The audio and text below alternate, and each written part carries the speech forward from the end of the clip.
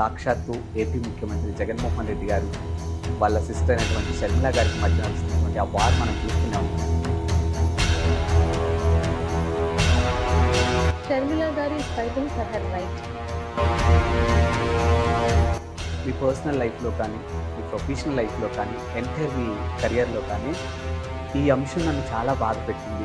రాజకీయాల్లోకి పలాసలో వచ్చాక నా భర్త కులాన్ని ఒక పూచిలా చూపించారు. స్వతంత్ర సమరయోధుడు కాదని చెప్పడానికి సాహసించాడు. ఈ రోజు నేను అప్పల్ రాసి చేస్తున్న ప్రతి ఒక్క భూ కబ్జాని సర్వే నంబర్లతో మీ ముందు ఉంచుతున్నాను. హాయ్ హలో అందరికీ నమస్కారం. నేను వ్యాఖ్య. ఈ రోజు నా ముందున్న గెస్ట్ గురించి చెప్పాలి అంటే పలాస టీడీపీ కార్యకర్తలు ముద్దుగా పలాస శివంగి అని పిలుచుకునే గౌతు శీర్ష గారు మాట్లాడుతున్నారు.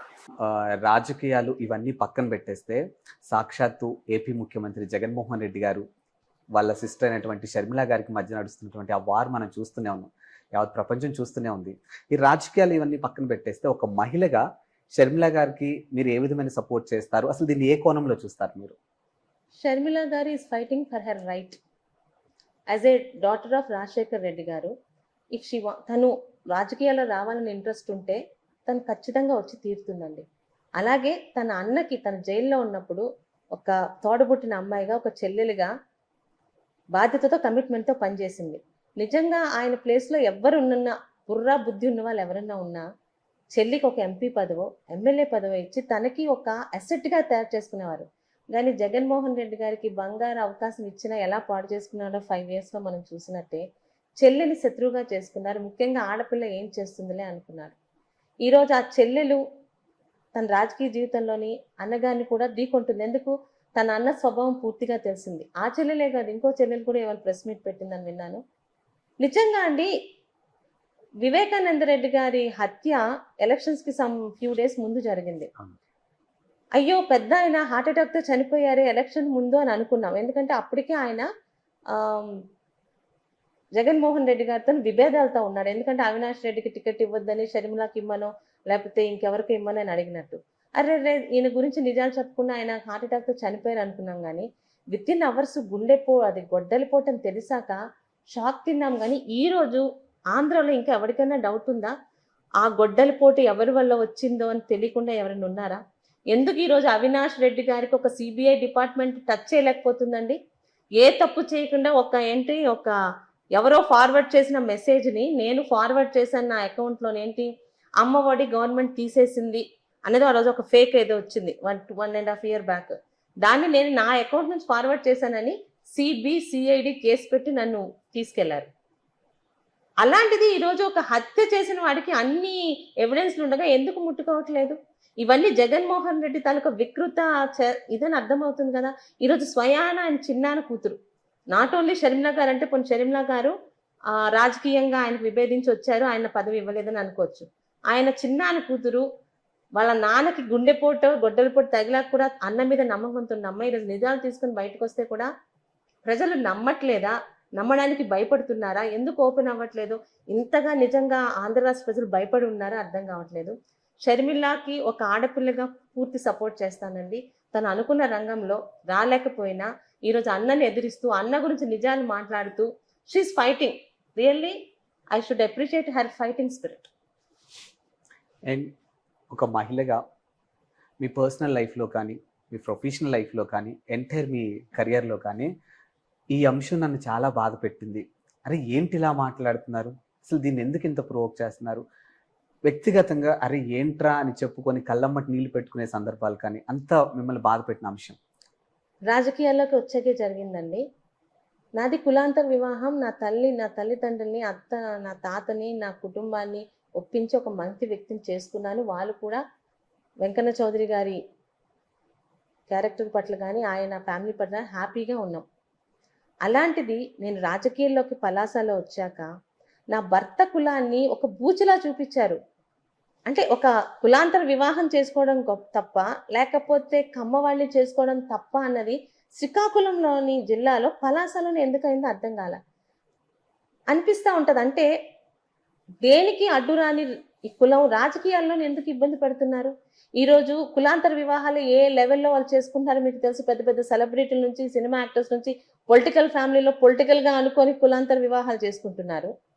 స్నేహాలు చేస్తున్నప్పుడు అడ్డురాని కులం, వివాహాలు చేసుకుంటున్నప్పుడు అడ్డురాని కులం, వ్యాపారాల్లో పార్ట్నర్షిప్ చేసుకుంటున్నప్పుడు అడ్డురాని కులం ఈరోజు రాజకీయాల్లోనే ఎందుకు వస్తుందండి? అంటే చిన్నప్పటి నుంచి కూడా నిజంగా చాలా బాధ. అంటే చదువుకున్న అమ్మాయిగా ఇంకా మనం ఇక్కడే ఉన్నామా? చిన్నప్పుడు మనకి చదువు చెప్పిన టీచర్ ఏ కులమో ఆ రోజు ఆలోచించలేదు. మనకి ఆరోగ్యం పాడైతే మనం వెళ్ళిన డాక్టర్ ఏ కులమో ఆలోచించట్లేదు. ఈరోజు నేను తింటున్న బియ్యం కానీ కాయగూరలు కానీ ఏ కులం రైతు పంపిస్తున్నాడో ఆలోచించట్లేదు. నా ఇల్లు కట్టిన మేస్త్రి ఏ కులమో నేను ఆలోచించట్లేదు. కానీ రాజకీయాల్లోకి వస్తే మాత్రం మన కులం వాడికి ఇచ్చాడని ఆలోచిస్తుంటే are we really progressing or going back? నువ్వు కులం చూస్తావా, క్యారెక్టర్ చూస్తావా? కులం చూస్తావా, కాంటాక్ట్ చూస్తావా? అది మాత్రం చాలా బాధ అనిపించింది.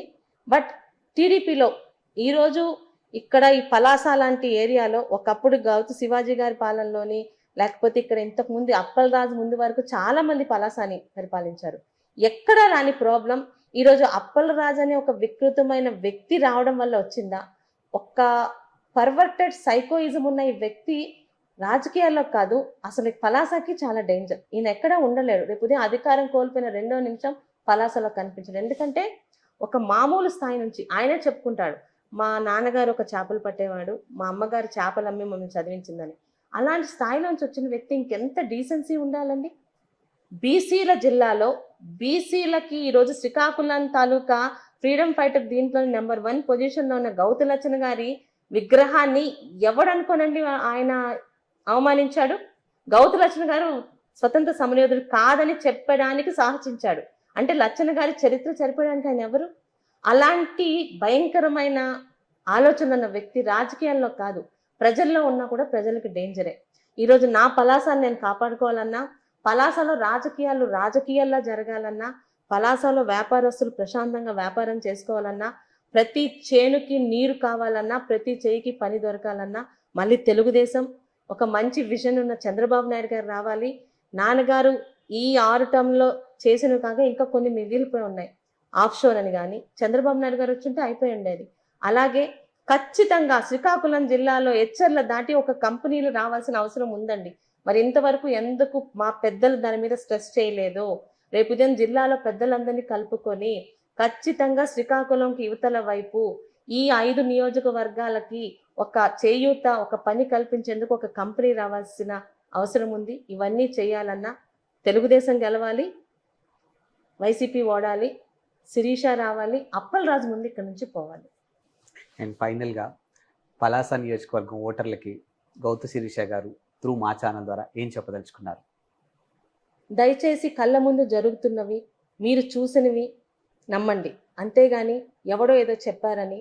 ఈరోజు ఒక్కటే అడుగుతున్నాను, చంద్రబాబు నాయుడు గారు రాష్ట్రాన్ని విడదీసిన ₹1 పన్ను మన మీద వేయకుండా, 5 సంవత్సరాల్లో కనీసం కరెంటు బిల్లులు పెంచకుండా, పోలవరం ఇంతవరకు కట్టి చూపించారు, అమరావతిని సృష్టించారు. ఈరోజు ఇదే జగన్మోహన్ రెడ్డి గ్రాఫిక్స్ అంటున్న అదే అమరావతిలో, అదే సచివాలయంలో వీళ్ళు మీటింగులు జరుపుకుంటున్నారు, అసెంబ్లీ చేస్తున్నారు. 5 సంవత్సరాల్లో ఏముందండి? 5 సంవత్సరాల అసెంబ్లీలు కనీసం ఎక్కడైనా జరిగాయా? ఎక్కడైతే ఇన్ని లక్షల కోట్లు ఖర్చు పెట్టి ప్రజాప్రతినిధులుగా ఎన్నుకొని అసెంబ్లీలకి పంపించి ప్రజల తాలూకు సమస్యల మీద పోరాడండి, రాష్ట్రానికి కేంద్రం నుంచి రావాల్సిన దీని మీద పోరాడండి అంటే, తల్లులు అమ్మల డిఎన్ఏల గురించి, ఆడపిల్లల గురించి అసహ్యంగా మాట్లాడాల గురించి ఒకరినొకరు వెక్కిరించుకునే ఈ అసెంబ్లీ ఈరోజు నడుస్తున్న పార్టీనా మనం ఎన్నుకున్నది? ఇక పలాసలోని గౌతు కుటుంబం చేసిన 60 సంవత్సరాల పాలనలో ఏ రోజన్నా గత 5 సంవత్సరాలుగా జరుగుతున్న తప్పుడు కేసులు కానీ, భూ కబ్జాలు కానీ, వ్యాపారస్తుల మీద ఇబ్బంది పెట్టడం కానీ, అలాగే మనది కాదు అనుకున్న వాళ్ళ అర్ధరాత్రి వాళ్ళ ఇళ్ల మీదకెళ్ళి జేసీబీలతో పగలగొట్టించడాలు కానీ, ఇలాంటివి ఏ రోజైనా గౌతు కుటుంబం చేసిందా? చేస్తే నేను క్షమాపణ చెప్పి నా మాట వెనక్కి తీసుకొని ఇక్కడ నుంచి వెళ్ళిపోతాను.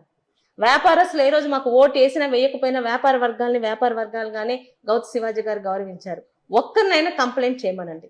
ఈరోజు నా మీద, కులాంతర వివాహం చేసుకున్న నా భర్త మీద ఎవరో 2-3 పశువులు అబద్ధాలు చెప్తే అవి నమ్మి వేశారా, లేకపోతే నిజంగా జగన్మోహన్ రెడ్డి గారిని చూసేశారో, అవన్నీ అబద్ధాలని ఇక్కడ ఉన్న వ్యాపార వర్గాల మనస్సాక్షికి తెలుసు. ఏదో అల్లుడు ట్యాక్స్ అని మాట్లాడారు. ఎవరైనా మాకు ట్యాక్స్ కట్టునుంటే ఈ 5 సంవత్సరాలు మమ్మల్ని వదిలేవారు కాదే. ఈ రోజు నేను అప్పల్ రాసి చేస్తున్న ప్రతి ఒక్క భూ కబ్జాని సర్వే నంబర్లతో మీ ముందు ఉంచుతున్నాను. నేను గాని, నా భర్త గాని, నా తల్లిదండ్రులు గాని, నా తాత నానమ్మలు గాని, ఆఖరికి ఎక్కడో అమెరికాలో ఉంటున్న నా చెల్లి గాని, ఈ ఏరియాలో ఇన్ని సంవత్సరాలు రాజకీయాలు చేసినందుకు మేమేమన్నా ఎవరికైనా భూ కబ్జాలు చేసి ఎవరి మీదన్నా దాడులు చేసుంటే ఈ 5 సంవత్సరాలు మీ చేతిలోనే పవర్ ఉంది కదా. ఎందుకు అప్పల్ రాజు గారు మమ్మల్ని ఏమీ చేయలేకపోయాడు? గౌతు కుటుంబం ఇంటి గడప తొక్కలేకపోయాడు? నిజాయితీగా ఉన్నాం కాబట్టే నన్ను ఏమి చేయలేక, నా కుటుంబం నేను చేయలేక, నా చుట్టూ ఉన్న నాకు బలంగా నించున్న నా కార్యకర్తలు, నా తాలూకా తెలుగుదేశం నాయకుల మీద ఈరోజు దాడులు జరుగుతున్నాయి. కానీ మా దాకా ఎందుకు రాలేకపోతున్నాడు? నిజం అన్ని మీకే తెలుసు.